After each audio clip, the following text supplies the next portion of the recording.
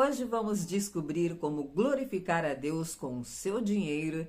Vamos aprender como cuidar da sua mãe na velhice dela e sobre o poder transformador de Deus.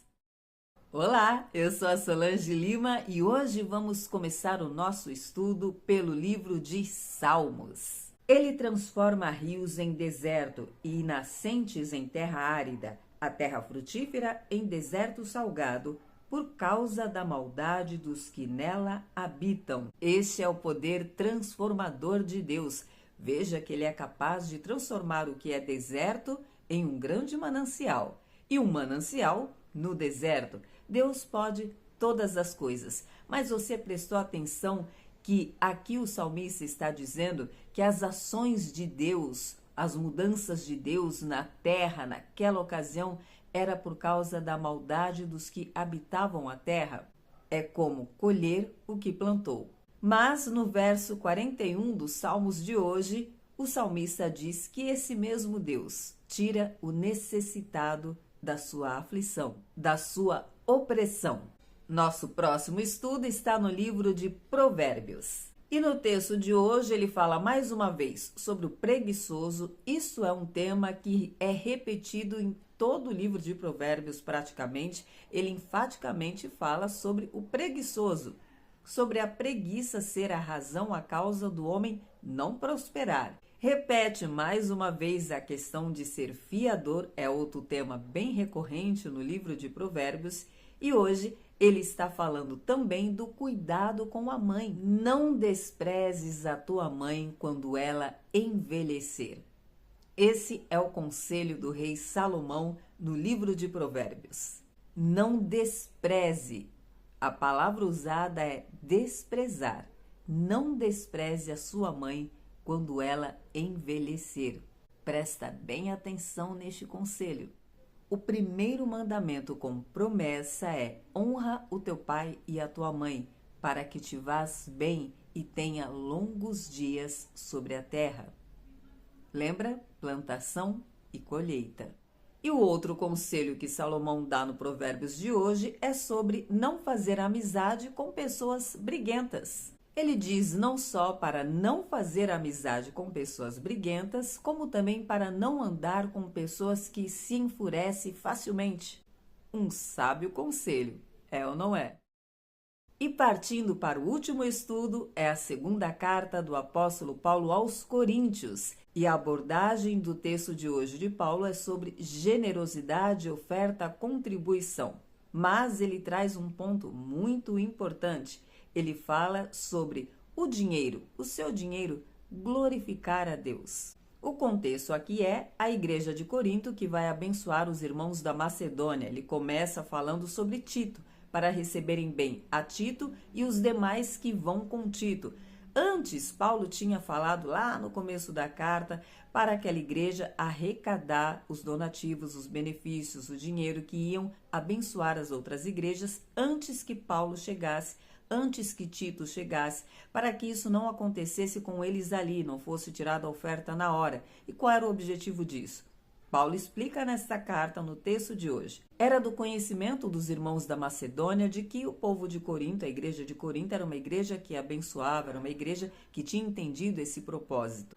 Paulo está falando sobre o testemunho que foi dado acerca deles e o quanto ele se orgulhava da fé daqueles irmãos, de eles viverem a palavra de Deus. Então ele fala que, conforme já foi orientado, que as ofertas já tivessem sido separadas, que recebessem bem a Tito, para que não apenas a fama deles fosse acerca da contribuição financeira deles, mas também do amor, do cuidado, do zelo pela vida dos apóstolos, pela vida daqueles que se dedicam a abençoar outras vidas, a cuidar de ovelhas, a pregar o evangelho. Tudo isso Paulo está orientando para esses irmãos. E ele acrescenta algo muito importante quando vai falar da contribuição. Ele diz que é para que fique claro que eles estão doando, ofertando, não como extorsão, mas sim como contribuição. E diz que cada um dê daquilo que Deus propor em seu coração e que faça isso com alegria. Que Deus não se agrada daquele que oferta sem ser com alegria no seu coração. E acrescenta: Eu digo a vocês que quem pouco semeia, pouco colhe. Mas quem semeia com generosidade também colherá com generosidade, pois Deus é justo. E Deus é poderoso para fazer toda a graça transbordar em vós, a fim de que, tendo sempre o suficiente em tudo, transbordeis em toda boa obra. Paulo está falando que não é só sobre o benefício financeiro, não é porque ofertou em dinheiro que você vai receber também dinheiro de volta. Mas ele está falando que você, que a pessoa que oferta bondosamente, generosamente, com alegria no coração, ele transborda em todas as áreas. Ele é beneficiado em todas as áreas. E Deus dá a semente. Ele segue o texto dizendo: aquele que dá a semente ao que semeia e pão para comer, também suprirá e multiplicará a vossa semeadura e aumentará os frutos da vossa justiça. Em tudo sereis enriquecidos, para serdes sempre generosos, o que por nosso intermédio produz ações de graças a Deus. Veja que interessante. O dinheiro pode gerar ação de graças a Deus. O dinheiro é necessário. Deus não precisa do dinheiro do homem. Ele é o dono do ouro e da prata. Deus é poderoso. Ele chama à existência o que não existe. Mas Deus chama o homem para contribuir, para fazer parte do plano de Deus, porque justamente o coração deste homem está sendo colocado à prova, para ver onde está o coração dele, se no dinheiro ou se em Deus, e se ele crê na provisão de Deus.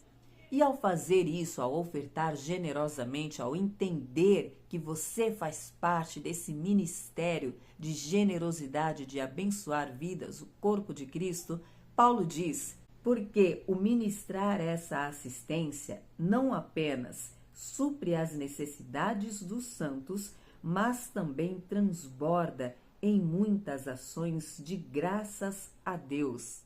Ou seja, Deus é louvado quando o povo dele se reúne e abençoa outros irmãos, abençoa o corpo de Cristo, quando dá provisão, sustento, ajuda a outros santos.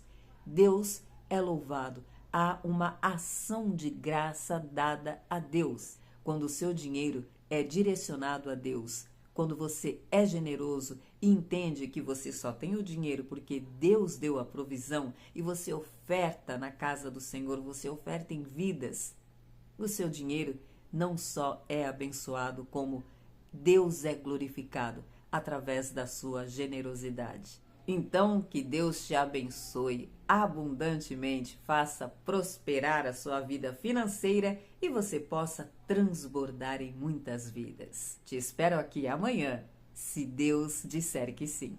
Até lá!